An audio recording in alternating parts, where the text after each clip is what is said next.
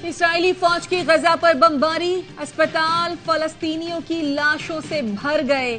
اسرائیل کی غزہ پر بمباری سے مزید 410 فلسطینی شہید، تعداد 2500 ہو گئی۔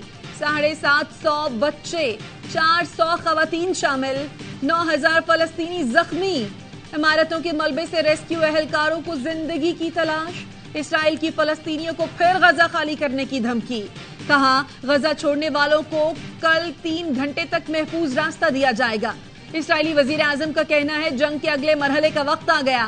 حماس نے اسرائیلی فوج اور ٹینکوں پر حملوں کی تیاری کی ویڈیو جاری کر دی۔ حماس کا کہنا ہے زمینی حملہ کیا تو یہ سب انتظار کر رہا ہے۔ حماس کے حملوں میں 286 فوجیوں سمیت 1300 اسرائیلی ہلاک ہو چکے۔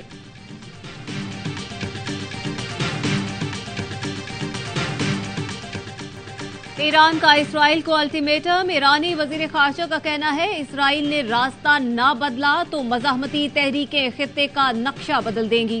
صورتحال بہتر کرنے کے لیے ایک موقع دے رہے ہیں۔ اسرائیل محض امریکی سہارے پر کھڑا ہے۔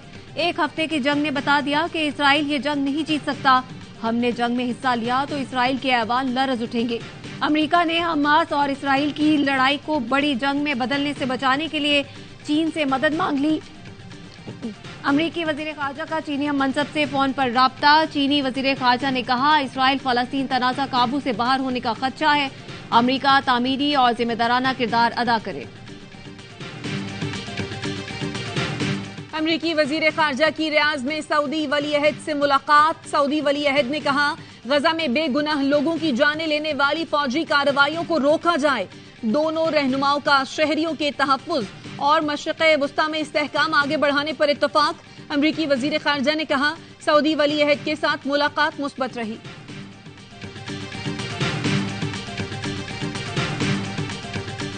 اسرائیلی فضائیہ نے بارود برسا کر غزہ میں آبادیوں کو تہس نہس کر دیا۔ اسپتال میں موجود زخمی بچوں نے دل دہلا دیے۔ 20 لاکھ فلسطینیوں کا 9 دن سے پانی بند۔ اسرائیل نے امدادی سامان غزہ جانے سے روک دیا۔ کینیڈین وزیر اعظم جسٹن ٹروڈو کا غزہ کی صورتحال پر گہری تشویش کا اظہار، کہا شہریوں کی فوری ضروریات کو پورا کرنے کے لیے بلا روک ٹوک انسانی رسائی ضروری ہے۔ کینیڈا انسانی حقوق کی قانون کا احترام کرنے کا مطالبہ کرتا ہے۔ جرمنی کا طیارہ اسرائیل کے لیے امدادی سامان لے کر پہنچا، واپسی پر اپنے شہریوں کو لے کر گیا۔ امریکہ نے اسرائیل کی مدد کے لیے دوسرا طیارہ بردار بحری بیڑا بھیج دیا۔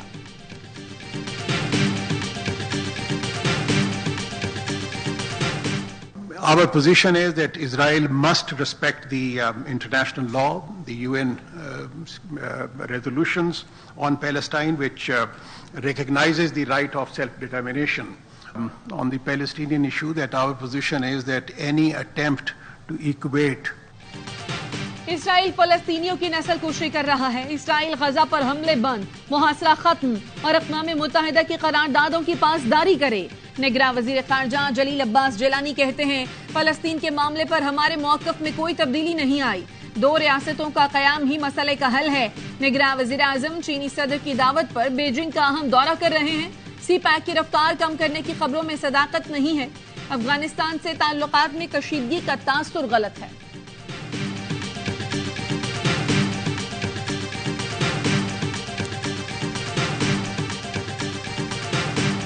اسرائیلی فضائیہ نے شام کے شہر حلب پر حملہ کر کے ہفتے کو تعمیر نو کے بعد کھولا گیا رن وے پھر تباہ کر دیا۔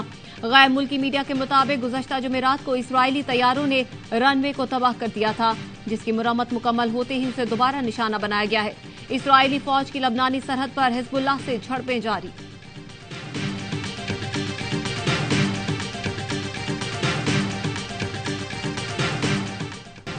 غزہ پر اسرائیلی بمباری روکنے کے لیے امریکہ، برطانیہ، یورپ، مشرق وسطی سمیت مختلف ملکوں میں احتجاج۔ وائٹ ہاؤس کے باہر بھی مظاہرات۔ ترکی میں فلسطینیوں سے اظہار یکجہتی کے لیے ہزاروں افراد سڑکوں پر نکل آئے۔ سویڈن کا دارالحکومت اسٹاک ہوم بھی فلسطین کی حمایت میں نعروں سے گونج اٹھا۔ جنوبی افریقہ کے صدر بھی فلسطین کی حمایت میں نکل آئے۔ ریلی سے خطاب میں فلسطینی عوام سے یکجہتی کا اظہار۔ لندن میں ہزاروں افراد نے احتجاج کیا۔ ٹرافلگر اسکوائر پر پولیس نے مظاہرین کو روکنے کے لیے شیلنگ کی۔ پیرس میں بھی فلسطینیوں کے حق میں مظاہرہ کرنے پر پولیس کا کریک ڈاؤن، درجنوں مظاہرین گرفتار۔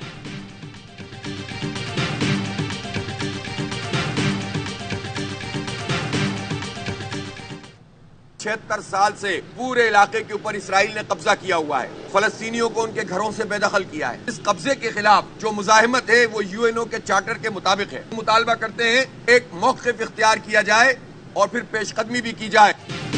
جماعت اسلامی کی کراچی میں شارع فیصل پر فلسطین مارچ کی تیاری. امیر جماعت اسلامی کراچی حافظ نعیم الرحمان کہتے ہیں امریکہ نے اسرائیل کو دہشت گردی کے لیے کھلی چھوٹ دے رکھی ہے. مسلم دنیا کا اتحاد ہی اسرائیل کو گھٹنے ٹیکنے پر مجبور کر سکتا ہے.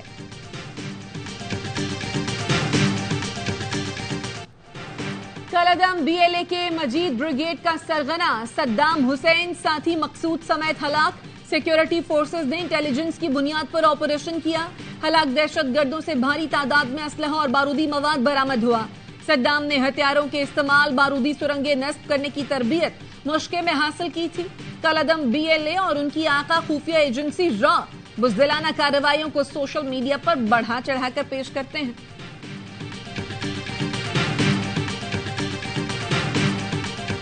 ورلڈ کپ میچ میں بھارت کے ہاتھوں شکست پر پاکستانی شائقین کرکٹ مایوس.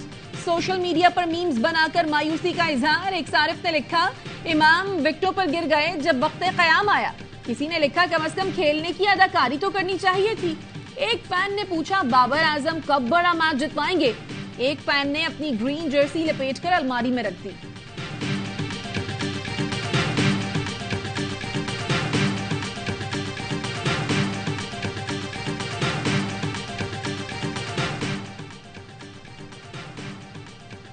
ہماری ٹیم میں 400 رنز بنانے کا دم ہی نہیں. سابق ٹیسٹ کرکٹر باسط علی کہتے ہیں ٹیم میں کوئی ایک کھلاڑی بھی ایسا نہیں جو 100 گیندوں پر 130 رنز بنا سکے.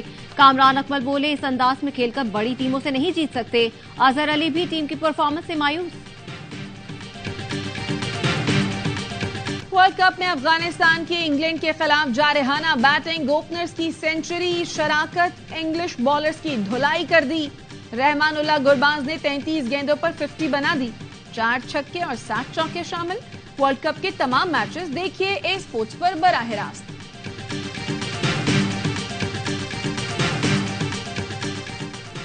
مسلم لیگ نون کو 21 اکتوبر کو مینار پاکستان پر جلسے کی اجازت مل گئی. ضلعی انتظامیہ نے NOC جاری کر دیا. مسلم لیگ نون نے نواز شریف کی واپسی پر جلسے کا اعلان کر رکھا ہے. MQM اورنگی ٹاؤن گلشن بہار میں پنڈال سجائے گی. جلسے کی تیاریاں مکمل. کارکنوں کی آمد جاری. جلسے کا آغاز شام 6 بجے ہوگا. کنوینر MQM خالد مقبول صدیقی اہم اعلانات کریں گے.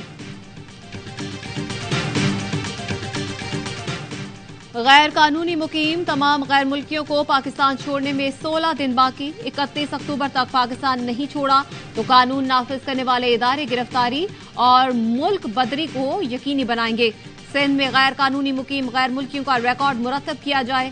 محکمہ داخلہ سندھ کا کمشنر کو خط لکھا. غیر ملکیوں کو واپس بھیجنے کے لیے انتظامات کو حتمی شکل دی جائے.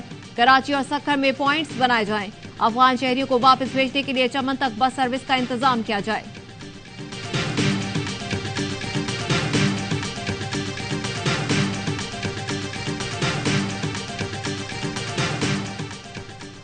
غیر قانونی طور پر پاکستان میں داخل ہونے والا بھارتی شہری خانپور سے گرفتار. مقدمہ درج کر لیا گیا. 17 سالہ نوجوان کی شناخت بپن ولد متلا کے نام سے ہوئی. ملزم کا تعلق بھارتی ریاست راجستھان سے ہے. بھارت کے 110 کرنسی نوٹ بھی برآمد.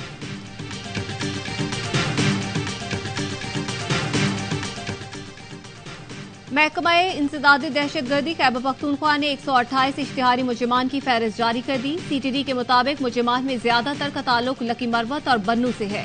مجرمان کے سروں کی قیمت مقرر کی گئی ہے.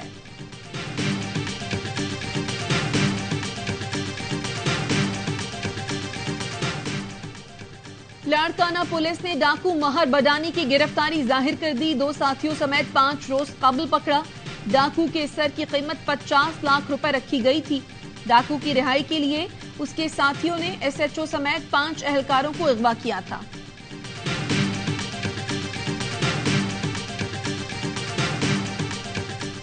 نارووال میں 5 سالہ بچی سے مبینہ زیادتی کا مقدمہ درج. پولیس نے ملزم کو گرفتار کر لیا. والد کا کہنا ہے بچی چیز لینے گئی تھی. ملزم اسے ورغلا کر ساتھ لے گیا اور زیادتی کی. اس گلی میں شادی ہو رہا تھا تو لوگوں نے فائرنگ شروع کی ہے. جب میں گھر سے آیا تو باہر جو ہے نا بیٹا بھی اور بھائی بھی دونوں زخمی تھے. پھر میں نے بیٹے کو اٹھایا گود میں تو اسپتال لے کے گیا. پھر وہ 4 بجے جو ہے نا اس کا انتقال ہو گیا. کراچی کی MPR کالونی میں شادی کی تقریب میں فائرنگ سے زخمی 7 سال کا ایان دم توڑ گیا. والد کا کہنا ہے رات کو آدھے گھنٹے تک فائرنگ ہوتی رہی. آئے روز فائرنگ ہوتی رہتی ہے, پولیس کوئی کارروائی نہیں کرتی.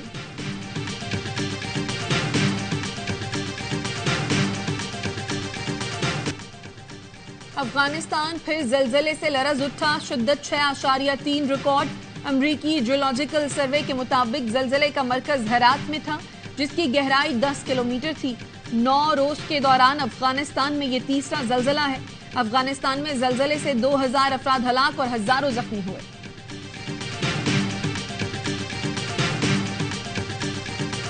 پشاور، لاہور اور ہب کے ماحولیاتی نمونوں میں پولیو وائرس کی تصدیق. ذرائع کا کہنا ہے پولیو پازیٹیو سیوریج سیمپلز کی تعداد 38 ہو گئی. رواں برس ملک میں پولیو وائرس کے 3 کیسز رپورٹ ہو چکے.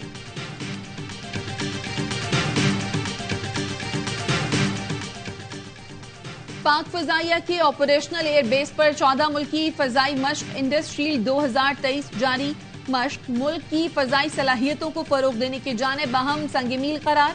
ترجمان کے مطابق انڈس شیلڈ پاک فضائیہ کی جانب سے پاکستان کی فضائی حدود کے تحفظ کے عزم کا منہ بولتا ثبوت ہے.